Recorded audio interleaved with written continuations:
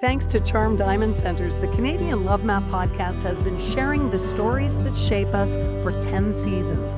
Tales of romance, resilience, family, friendship, and community from every corner of Canada. This is Charm's Canadian Love Map. Hi, everybody. Nancy here. Welcome to the Canadian Love Map. I sound a little hesitant when I say that because this is a completely different episode than any we've done before out of necessity, because this is, I'm sorry to say, our final episode. It's been a 6-year run and it has been a joy in my life. And I'm joined today by one of the owners of the company, the producer, Rhys Waters. And Rhys I pulled him into the studio and said, "You've got to do this with me. That way I'll be able to hold it together." But Rhys, thank you so much for this opportunity. No, I mean, it's an incredible journey that we've been on over the last more than half a decade. We've done 10 seasons, over 250 episodes. Whew. I'm tired just thinking about it. Thousands and thousands and thousands of listeners all across the country, hundreds of stories from all across the country. And you've got to hear so many incredible kind of individuals open up and share really intimate parts of who they are and the kind of their lives and their love and everything that makes them happy in life. Since the pandemic, pretty much, it's kind of been a hell of a ride. It has been a hell of a ride. And, as you were saying that, I realized I specialize in doing work that I would do for free, but I get paid for it. So that's actually, I'm giving myself a pat on the back, because that is a really sweet spot in life, to be able to, as employment, to do something that you just feel so deeply about and feel so good about in terms of making a contribution. And I feel like I've made a contribution, but you started the ball rolling. I mean, we kind of generated the idea of how do we have a different conversation, on behalf of Charm, because the show came about during the pandemic. And it was very much, how do we talk to people now during this period? All the stores were closed, and kind of how do we let people know that there's still love out there and everyone's scared and isolated? And in fairness, we had some ideas, and Charm Diamond Centers really wanted to take the leap. Moira was unbelievably brave, taking the leap on a podcast before podcasting was cool. Before podcasting was kind of seen as a mass medium where you could kind of reach people and have this conversation. With yourself as host, it kind of, so many pieces just came together in terms of building this kind of vehicle to be able to tell these meaningful stories and build a different kind of connection through the kind of podcast medium. And yeah, it kind of just spiraled out of control from there. It was Moira who I have to thank, because she called me first to say, "Look, I'm talking to this great podcast operation and we're thinking about doing this, but I would want you, and will you do it?" And at this stage of my life, if it's a hell yeah, there's clarity. And that was a hell yeah. It was absolutely, bring it on. And I was locked down at my cottage at the time. But Rhys, I wore this long black sweatshirt today for a reason, because on the back of it, it says, you can read I'll just read it out. Sorry, I've got to turn this. It's in this way. Watch the cable. When you put love out in the world, it travels. And I grabbed it out of my closet, happened to see it, and thought, yeah, that's it. That's what this whole journey has been about. It's been about sharing light, amplifying light from people's beautiful stories of love, whether it be romantic or family connections or best friends who have changed each other's lives. That has been such a privilege at a time of, darkness. It feels like the world has been pretty dark in different ways since 2020. And just when it starts to lighten up again, it gets chaotic, this world. And so it's really been a a delight and a source of pride for me to be able to share these stories. But I've also been able to benefit from the conversations because I love juicy conversations. I am not interested in small talk at this stage of my life. And I get to delve in and ask the personal questions and really bask in the glow Mm. of these wonderful people. And I think like a big part of it has been like finding these stories. Like, as a team, we've always had to kind of look through news articles and social media posts, and these stories aren't always immediate, and often they would get drowned in the algorithm because they're not provocative or they're not bad news. And we've always been really lucky to kind of like have these kind of voices bubble up and track them down, and then people just kind of surprised but then happy to share, and then kind of you come in and kind of tease the story out and kind of share the story in that sense. And I think that building this kind of narrative, this alternative narrative of, there is love and joy in the world when so much of our feeds are telling us the opposite, has been a real privilege for everyone. But I would say as well that the kind of the general theme I find for the podcast is that it's if you need a warm hug, you kind of just hit play on the Canadian Love Map, Oh, and you'll that's perfect. kind of get that kind of sensation through the kind of audio medium is my feeling. So That's okay. You're a producer. That's what they call an elevator pitch, I think. exactly, That's a yeah, perfect way to put it in a very short snippet, but it encompasses so much. And when you talk about the process of finding the stories, I think about how the whole team would have this burst of enthusiasm when we'd find a great guest. Mm. Like, oh, it was like score. And then we got to meet them and talk to them. And also there's people who surprised you. You didn't necessarily, you kind of knew there was a story there, and then the minute they sat in front of the microphone, things just went in a total direction you didn't expect, or they opened up in a way that you would never have predicted as well. And that's the joy of making these kinds of shows, is that you don't quite know what is going to happen when you hit record.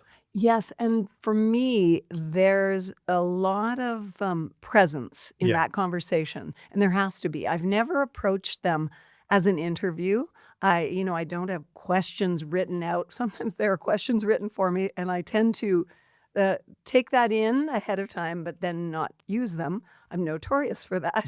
Uh, but really, it's about engaging in an organic Mm. conversation where you're just doing deep listening. And I think that also made an impact with our listeners. I certainly had people say it felt like such an escape because it was really just a real conversation.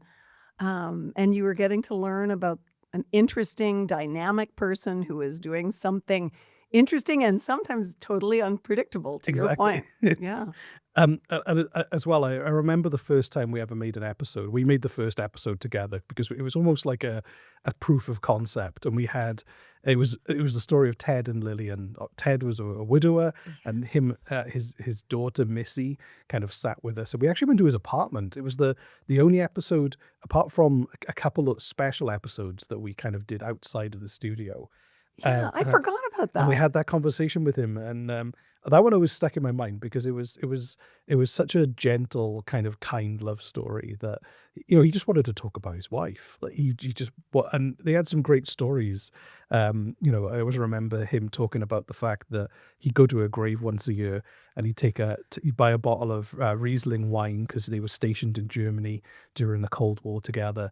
And he'd have a glass at her grave and leave the bottle there. And he hated Riesling wine, but he still would buy it for her. So, I think that and wasn't but that funny? We got such a kick out of that. But I mean, there was humor in that, but yeah, also that deep sweetness. exactly. That lovely, poignant moment when he said that. It was like, wow, that's And beautiful. that's it for me. Like even from that first episode, we had all these moments and these little kind of like memories that people kind of gifted us. So Kept us afloat. exactly.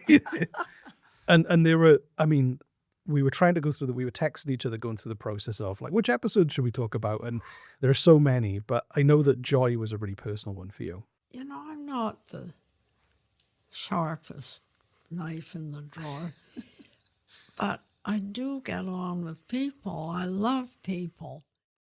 Yes. Isn't that funny? And I said at the beginning that it has been a source of joy, the whole podcast for me. And my friend Joy was definitely a source of joy in my life. And you can feel the emotion move as soon as I talk about her. Joy lived to be 105. And I got to be friends with her. Not a lot of people have a 105-year-old best friend. But I got to be friends with her because she had lived on the same street as my husband growing up in Cape Breton. And they had a bunch of kids, and my in-laws had a bunch of kids. So Joy moved to Lunenburg, and I was in touch with her during the pandemic.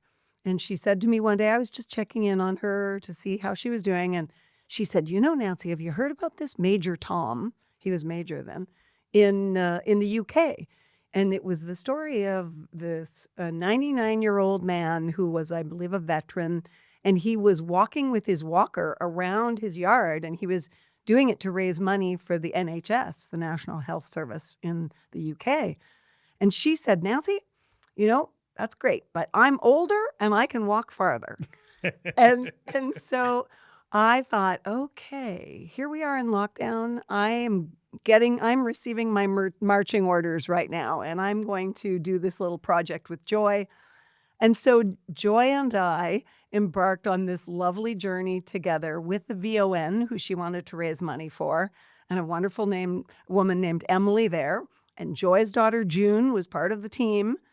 And we just supported her as she did this amazing thing. She raised over $80,000, not as much as Captain Tom or Sir Tom, as he ended up being, but it was as if she had been knighted, because it gave Joy, in the last chapter of her life, the most meaningful sense of contribution. In fact, she said I was sort of working as a producer for her, getting her media interviews and so on. And one day I was I was behind the cameras, which was kind of a fun thing for me to be behind since I spent so long in front of them. And I was listening to the interview, and I heard her say, oh, I always wondered why I haven't died yet. And for goodness sake, I'm in the departure lounge, and I'm waiting for the plane to arrive. I was going to say, I'm in the departure lounge and I'm waiting for the plane, but it never shows up. And that was a line that had connected with so many people.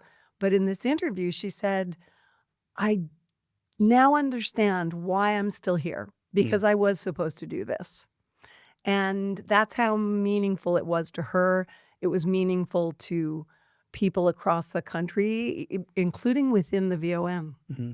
That's amazing. Yeah. I feel like the reach we had with that episode and the response from their episode was unbelievable as well. Just because I don't know, it's not very often you get to hear someone who's that age like share their view on the world, their retrospective kind of like takeaways of like what matters, what doesn't matter, and I don't know, it just felt like a real kind of rare moment to be able to kind of enjoy your friendship, but also like her perspective. I agree. And there was a rare moment for Joy. I should mention, she wasn't just raising money for VON, but she was also doing her walks. She did 102 walks of almost a kilometer each. She wanted to do this route 102 times before she turned 102. And she did it well ahead of time, despite some issues and a fall and all that.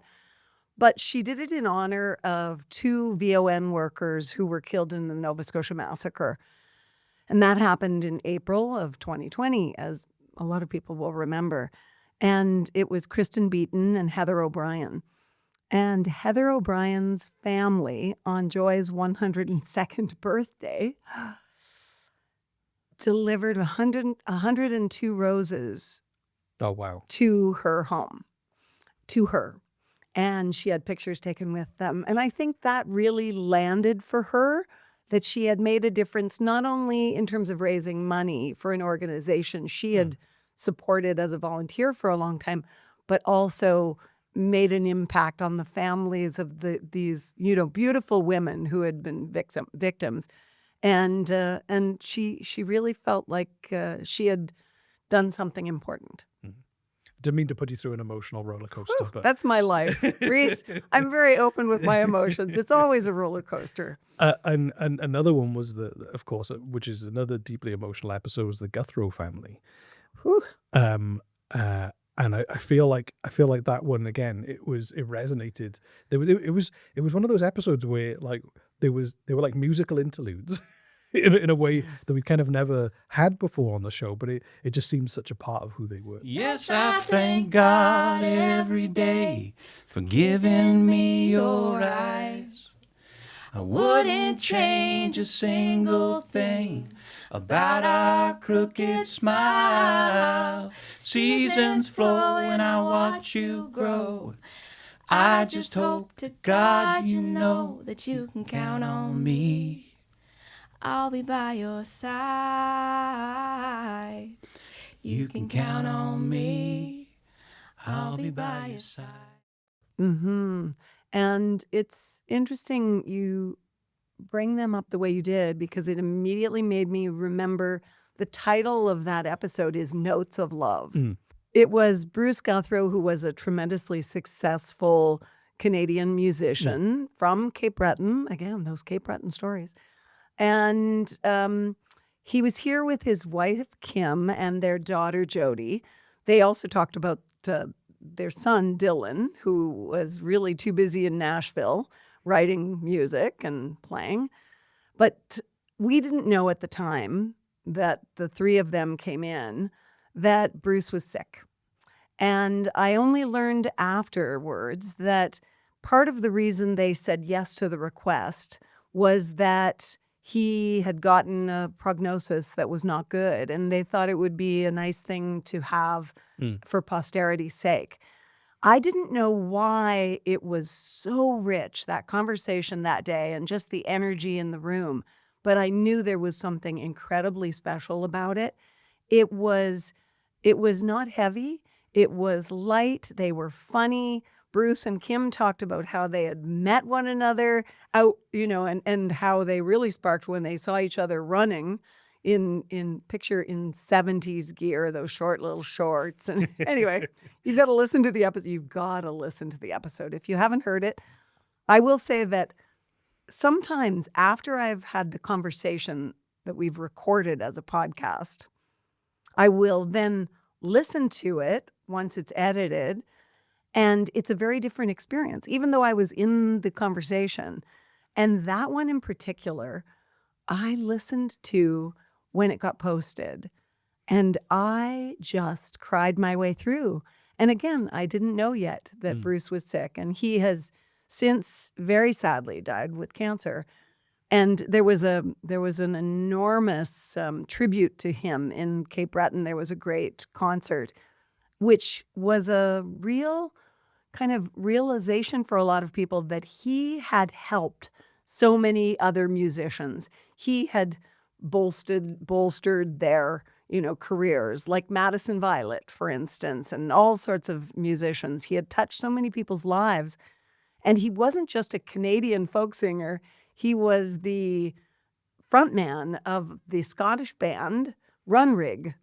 Did you know about Runrig? Because you're from Wales. I didn't know much about Runrig. No. So Runrig in Europe was it was like the Rolling Stones in Europe.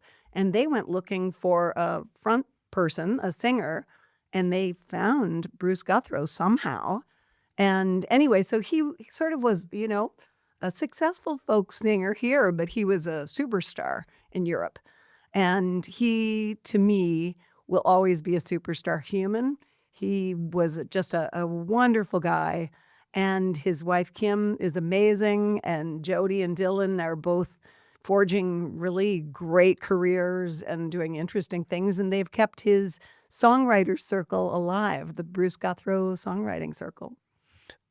Again, I feel like the podcast allowed, I don't know, this kind of privileged access to really kind of intimate parts of that family's kind of connections and emotions and stories they shared.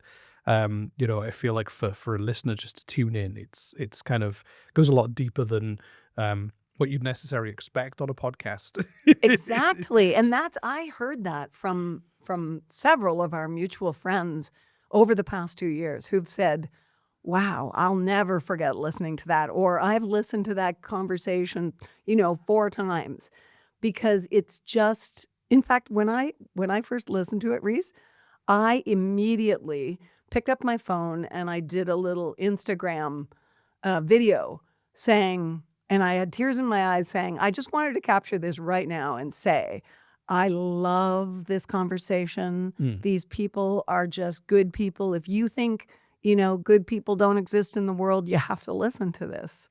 So that's how I feel. No, it was, and I think what I'll have to do is make sure that in the show notes we put links to all of these episodes that we're talking about. Good idea. So people can kind of fast track their way. That's why you're the producer and I'm just the, in news we used to jokingly call the anchor the meat puppet. You're the producer and I'm the meat puppet. This podcast is made possible by the support of Charm Diamond Centers. As a proudly Canadian-owned company, they care deeply about shining a light on love.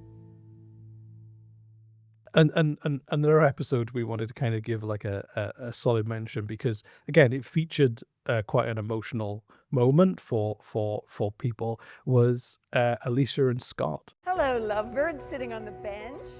Hi, I'm Scott. You might recognize my wife Alicia, who shares a fair bit of our life together online.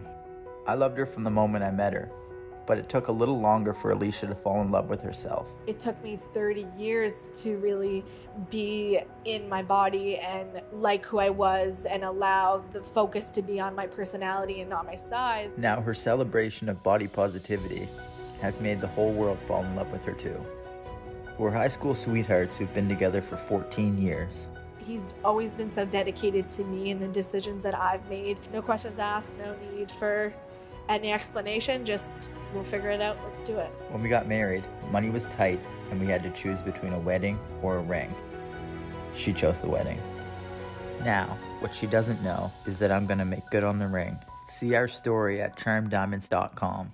I said not many episodes have been recorded out in the real world. This was one that was. We recorded this in a Charm Diamond Center's store in Halifax shopping mall. Now that was a field trip. Yes.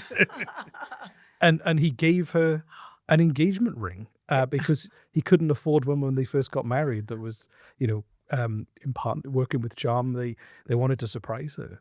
And I love that, there have been quite a few incidents like that where Charm, Maura in particular, has come to us and said, what if we did this? And for me, I think one of the most fun things in professional work life is creative collaboration. When you can put a few brains in a room and something comes out of it that would not have come out of one of those brains. And Maura was great about what about this? What if we do this? And she's creative and she's generous and the company is that, but also a sponsor who is Canada's largest family-owned jeweler. And I think that's really special. I think that's really, the roots of the whole thing because their intention was so sort of pure in terms of building this. That's why so much, I think of it as magic, but that's why so much love bubbled up. So when Maura came and said, okay, I have an idea, Alicia, and I think I didn't even know who Alicia was then. And so I looked on she's on every platform, but she had a huge following already on TikTok. And Maura's idea was that because Scott had never given her an engagement ring, they got married right after graduation maybe, that we could surprise them, make Alicia think we were doing a podcast episode, and actually Scott would propose and Charm would supply the diamond ring, which was gorgeous. Yeah, that was incredible. And I think it was just to think back as well. We had like a full production crew capturing it. I remember our team was there kind of recording the podcast audio while we were there.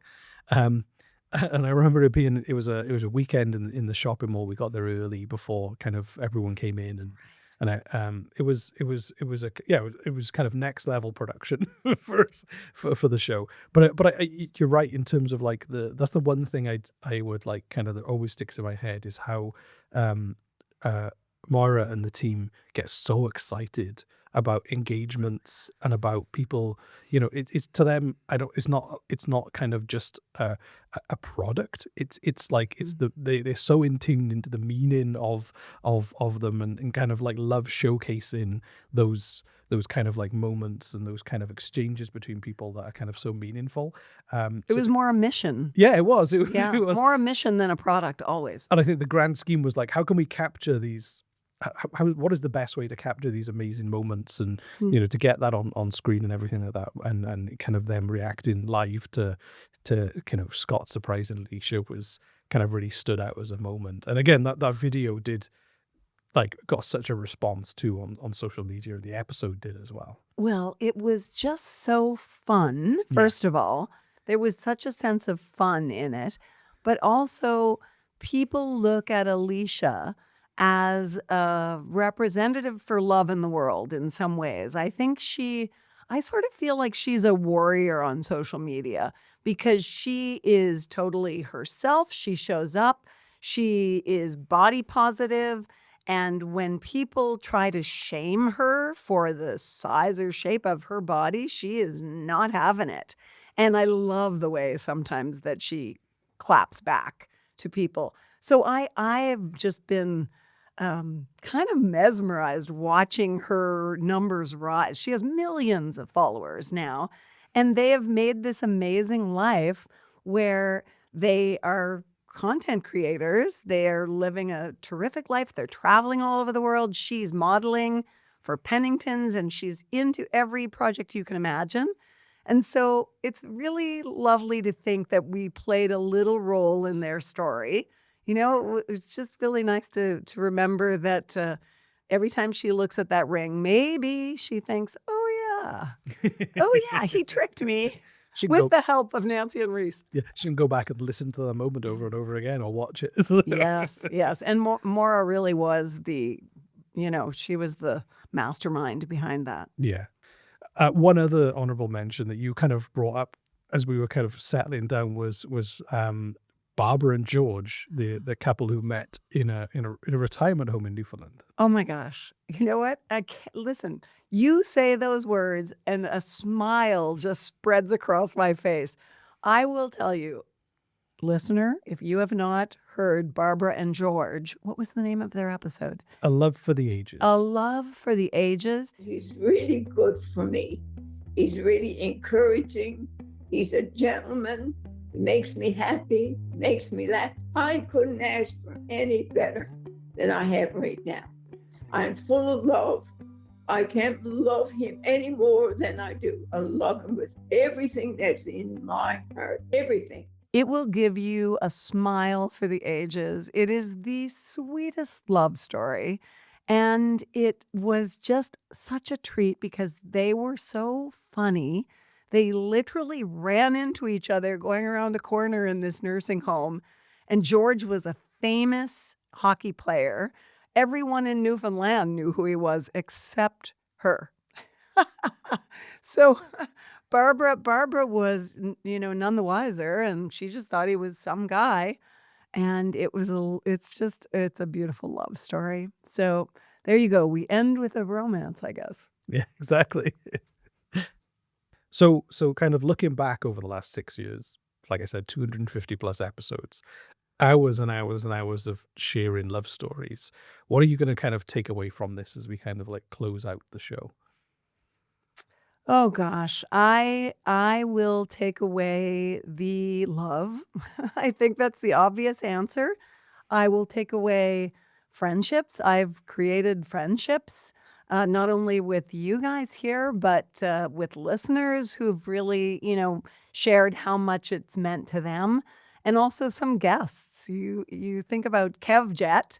So Kevin Guthro and his husband Nick were on our podcast, and Kevin is from Wedgeport, Nova Scotia, and his husband is from Ontario, but they live in London, England. And when they finished doing our podcast, Kevin sort of thought, he's like, I think I'd like to do a podcast. And he started one and has been tremendously successful. And I recently had him, I'm featuring him in the third episode of my TV show, Showing Up. And so, we are really good friends now. And I have made several friends like that over the years who I keep in touch with. And they're just people who shared their hearts talking into the microphone, whether it was in the same room or across the ocean. That's been a true gift to me, and I just feel a lot of gratitude. I really do. I feel like I have had the opportunity to meet so many wonderful people, to work with wonderful people, including Maura, who is just always fun and supportive. And your team has been amazing, and you and John, who co-own the company, are really doing, I think, important work in the world, Rhys, because you're telling positive stories. And it's the opposite of I know I know not all of your stories are positive. It's not a Pollyanna operation, but in some ways it's the opposite of the news. A lot of people are tuning out of the news these days because it's like our nervous systems just can't handle it. And yet you feel a responsibility to know what's going on in the world. I feel like the podcasts you're doing are really adding so much to our community, and not just in the province or the country, but well beyond. And I think you should feel really good, and you get paid for this work too. Well, I would say as well, like, we do shows about social issues, business shows, shows for government organizations, associations, shows for all different kinds of reasons and purposes. But I think that the Love Map has always been the most kind of benevolent, let's just make people feel, let's make people experience love. It's that When hug they- you were talking about. let's just give away free warm hugs in an audio sense or in a video sense. So I think that it's been very different because its purpose was it's not it hasn't been transactional for the listener. It's just been, kind of, here's this gift. And there's not very often you get to work on a project like that. It does make it kind of really unique and stand out in that sense. Yeah, I like that perspective a lot. And you make me think of one more guest, and that was Helena, who spoke about her late partner, J. Bell Redbird, who was an Indigenous artist. He was Ojibwe from Northern Ontario.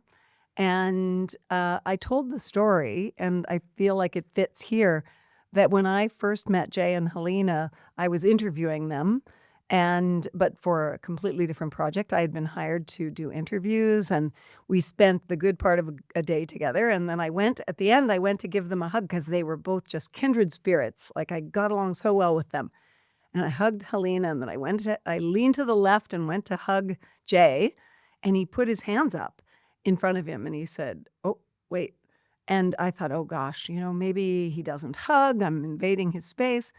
And he said, heart to heart. And he leaned to the right, which is the opposite of what everyone does when they hug. And he said, heart to heart, always heart to heart. And I have always hugged that way since. And I also would like to think that I've done this podcast that way, with that same spirit. It's about speaking from one heart to another in really authentic, open terms. And in that way, I hope that it's been a tonic to some extent for listeners in a world that can sometimes feel pretty fake, And I feel like, although we're not making new episodes, those episodes are there for people to revisit. It's going to be evergreen, which means, it's like marketing terms for it's always going to be online. So people can go back and re-listen or find some of these stories, and it'll be look at it as like a resource, like a collection of stories from a snapshot in time that, that's just as much theirs as ones that we've kind of experienced. Yes. And when you think about it, people rewatch series on whatever streaming platform they're using. And I think there's a sense of comfort in that. Yeah. And it's doubtful that anyone has heard all 250 episodes. I'm sure there's a wealth that, of episodes that you haven't heard. And I hope that they will just live on and maybe people will re-listen. Like having talked about the ones we talked about today, I want to go re-listen to them. So Exactly. yeah, that's a treat. And that is, it's a lovely way to leave it, to know that they're not going anywhere. No, exactly. It's the perfect way to end it. Thank you, Rhys, so much from the bottom of my heart to heart. Thank you. Thank you so much, Nancy, for kind of leading the audience through all these love stories, holding their hand and kind of taking them into other people's worlds and showing them around and giving them something to kind of take away at the end. So Beautiful. And I have to say thank you so much to Charm Diamond Centers, because without them, it wouldn't have happened. And this has been a 6-year journey that I will treasure. yeah, thank you, everyone. Thanks, everyone, for listening to this episode or all of them. And be well and heart to heart. Thanks to Charm Diamond Centers, the Canadian Love Map podcast has been sharing the stories that shape us for 10 seasons. Tales of romance, resilience, family, friendship, and community from every corner of Canada. This is Charm's Canadian Love Map.